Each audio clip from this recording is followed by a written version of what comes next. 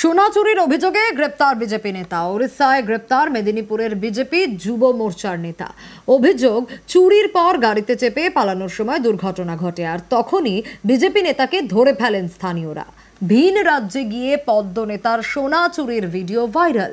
ধৃত ব্যক্তির সঙ্গে দলের কোনো সম্পর্ক নেই বলে দাবি বিজেপির, আর এ নিয়ে কটাক্ষ করতে ছাড়ছে না তৃণমূল।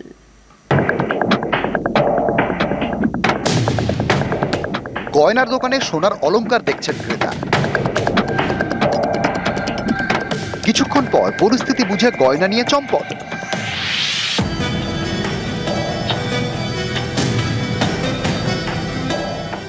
বেশ কয়েকটি সোনার গয়না নিয়ে পালায় চোর। কিছুক্ষণ পরে ধরাও পড়ে যায়। এই ঘটনা উড়িষ্যার জলেশ্বরের। ধৃত চোরের নাম সোমনাথ সাহু, যিনি পশ্চিম মেদিনীপুরের বিজেপির যুব নেতা বলে পরিচিত। মেদিনীপুর শহরের তোড়াপাড়া এলাকার বাসিন্দা সোমনাথ সাহু, পেশায় স্বর্ণকার। এই সোমনাথকে গ্রেপ্তার করে ওড়িশা পুলিশ। গত বৃহস্পতিবার ওড়িশার পশ্চিমবঙ্গ সীমানা জলেশ্বরের এক সোনার দোকানে যান তিনি। অন্যান্য ক্রেতাদের মতোই গয়না দেখতে থাকেন। আচমকা কয়েকটি সোনার গয়না নিয়ে চম্পট দেন। সোনার দোকান থেকে বেরিয়ে গাড়িতে চেপে পশ্চিমবঙ্গের দাঁতনের দিকে রওনা দেন সোমনাথ। তাকে ধাওয়া করেন জলেশ্বরের সোনার ব্যবসায়ী। একসময় নিয়ন্ত্রণ হারিয়ে একটি ডিভাইডারে ধাক্কা মারে সোমনাথের গাড়ি। তখন স্থানীয়রা তাকে ধরে ফেলেন। অভিযোগ, 100 গ্রাম সোনা চুরি করেছিলেন Somnath.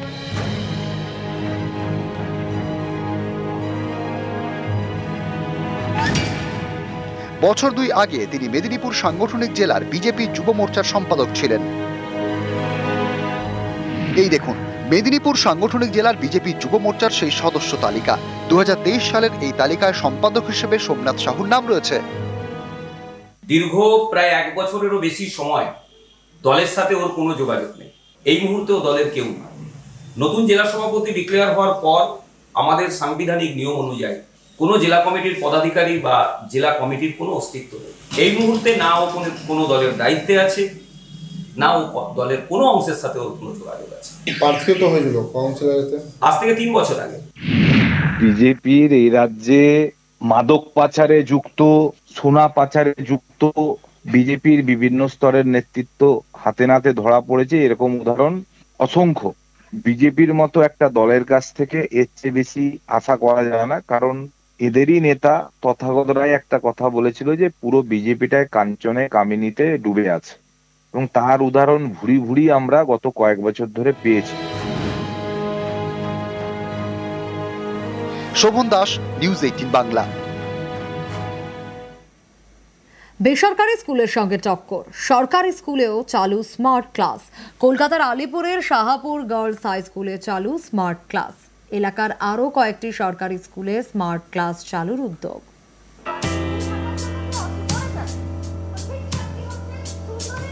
Smart classroom, digital class, লেখাপড়া হচ্ছে প্রজেক্টরে, যেন সিনেমা দেখানো হচ্ছে। কোনো বেসরকারি স্কুল নয়, এটা কলকাতার আলিপুরের সরকারি school, Shahapur girls high school. এখানেই চালু হয়েছে স্মার্ট ক্লাস। চকডাস্টারের দিন শেষ, এখন ক্লাস পুরোটাই স্মার্ট। না, কোনো বেসরকারি স্কুল নয়, সরকারি স্কুলে এমনটাই হচ্ছে বেহালার শাহাপুর গার্লস হাই স্কুলে। নতুন কায়দায় ক্লাস, স্কুলের প্রতি পড়ুয়াদের আগ্রহ বাড়ছে। আগে তো আমাদের চকডাস্টারে শুধু লেখা হতো, পড়া হতো, তার থেকে এখন সামনে যেটা দেখতে পাচ্ছি সেটা আমাদের মাইন্ডে অনেকটা থেকে যাচ্ছে। এক্সামের সময় যদি ভুলেও যাই, তখন সেই আঁকাটা, ছবিটা মনে পড়লে কিছুটা আমাদের হেল্প হচ্ছে লিখতে। এখানে স্মার্ট ক্লাস সেটা দেখে খুব ইন্টারেস্টিং লাগছে, যেটা বইতে খুব বোরিং লাগতো ব্যাপারটা, এখন এটা দেখেই পড়া মাথায় ঢুকছে বেশি ভালো। সিনেমার মতো দেখাচ্ছে, সেটা বুঝতে ভালো লাগছে, ইন্টারেস্টিং লাগছে, বই পড়তেও এখন ইচ্ছা হচ্ছে বেশি। 1957 সালে যাত্রা শুরু করে শাহাপুর গার্লস হাই স্কুল। 68 বছরের পুরনো স্কুলে 600 পড়ুয়া, 20 জন শিক্ষক। আপাতত এই স্কুলে আংশিকভাবে স্মার্ট ক্লাস চালু হয়েছে।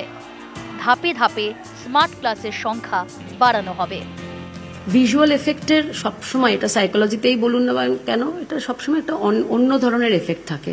ভিজুয়াল এফেক্টটার জন্যই কিন্তু বাচ্চারা ভীষণভাবে ওটাতে খুব আনন্দ পাচ্ছে। আমি যেটা বলবো যে আমাদের সবসময় বলা হয় জয়ফুল লার্নিং, সেটা কিন্তু এই অডিও ভিজুয়ালের মাধ্যমে আমাদের কাছে খুব ভালোভাবে আমরা এবার বুঝতে পারছি। এই আমাদের এই অঞ্চলের আশেপাশে 117 এবং 18 নম্বর ওয়ার্ডে 118 নম্বর ওয়ার্ডে 4টি হাই স্কুল আছে। এই 4টি হাই স্কুলে আমরা টোটালি স্মার্ট ক্লাস চালু করতে চাই। তো আমরা চাই এখানে ডিজিটাল ক্লাসগুলো শুরু হোক, পড়াশোনার যে মান সেটা আরো ভালোভাবে এগিয়ে যাক। প্রাইভেট স্কুলের সাথে আমরা যেন প্যারালালি আমরা চলতে পারি সরকারি স্কুলগুলো, এবং আমাদের বাচ্চারা সেই ফেসিলিটিগুলো পাক যেটা ওরা পাচ্ছে ওইখানে।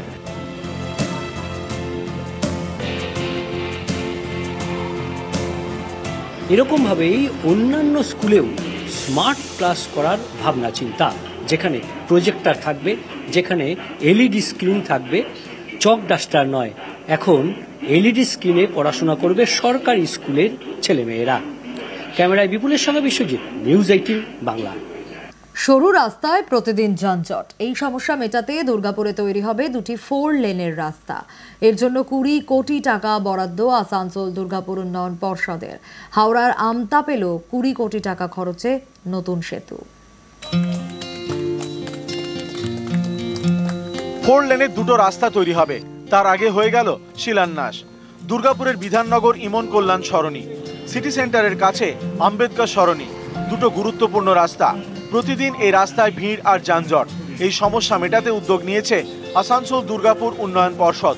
2টো রাস্তা এবার হবে 4 লেন। এর জন্য বরাদ্দ করা হয়েছে 20 কোটি টাকা। রাস্তার পাশে থাকবে পার্কিং এর সুবিধা, তৈরি হবে সার্ভিস রোড। আমরা দুর্গাপুরের যত ইম্পর্টেন্ট রোড আমরা চাইছি সবগুলোকে 4 লেন করার জন্য। আমরা 4 লেনিং করছি, সাফিসিয়েন্ট পার্কিংয়ের ব্যবস্থা করছি, আমরা ওয়াকিং ওয়ে লোকে যাতে পথচারী যারা তাদের ব্যবস্থা রাখছি, এডিটেড ইঞ্জিনিয়াররা যে প্ল্যান করছে, এগুলো কিন্তু আগামী 20 বছরের দৃষ্টিভঙ্গি নিয়ে আমি আশা করব আগামী 20 বছর অন্তত দুর্গাপুরের যানজটের এই যে সমস্যা, যেগুলো বহুল প্রচলিত রাস্তা, সেগুলো তো হবে না। অনেক উপকার হবে। এদের স্কুলে বাস যায়, পেশেন্ট পার্টি গাড়ি আসে, পেশেন্টরা যাওয়া আসা করতে পারে ঠিকমতো। বিধাননগরবাসীদের যাতায়াতের অসুবিধা হয়, এই রাস্তাটা হয়ে গেলে সবারই সুবিধা হয়, বিধাননগরবাসীর সুবিধা হয়, বাইরের লোকদের সুবিধা হবে। হাওড়ার আমতা 2 নম্বর ব্লকে তেখালায় গাইঘাটা খাল, এই খালের উপর তৈরি হলো নতুন সেতু। তেখালার গা ঘেঁষে বয়ে গিয়েছে গাইঘাটা খাল, মিশেছে মজা দামোদর। এর উপর আগে ছিল কাঠের ব্রিজ। স্থানীয়দের দাবি, প্রতি বছর বর্ষায় ডিভিসি জল ছাড়লে খাল উপচে পড়ে, ভেঙে যায় কাঠের ব্রিজ, তখন দুপারের বাসিন্দাদের যাতায়াত করতে হয় ঘুরপথে। এই সমস্যা মেটাতে উদ্যোগ নেয় সেচ দপ্তর। 3 কোটি টাকা খরচে তৈরি হয় কংক্রিটের সেতু। তেখালার কাছে গাইঘাটা খালের উপর শর্টকাট চ্যানেলের বাম দিকে একটা বাঁশের সেতু ছিল। দীর্ঘদিন বন্যায় এটা ক্ষতিগ্রস্ত হতো। এই সেতুটি আমরা সেচ দপ্তরের কাছে আবেদন করি, সেই কাঠের সেতুটি আজকে কংক্রিটের সেতু পরিণত হয়েছে, যার ফলে প্রায় 8 থেকে 9 কিলোমিটার রাস্তা দূরত্ব কমেছে মানুষের। কাঠের ব্রিজ ছিল, 2 বছর 2বার ভেঙে যেত, রিপেয়ার হতো, আবার কোনো রকম হেঁটে সাইকেল নিয়ে যাওয়া হতো। সমস্যা হতো, হ্যাঁ অনেক সমস্যা ছিল। এখন আমাদের এমএলএ আমাদের এসব নানা রকম উন্নয়নের মধ্যে এরও একটা বড় উন্নয়ন করে দিয়ে গেছে, আমরা এতে অনেক উপকৃত।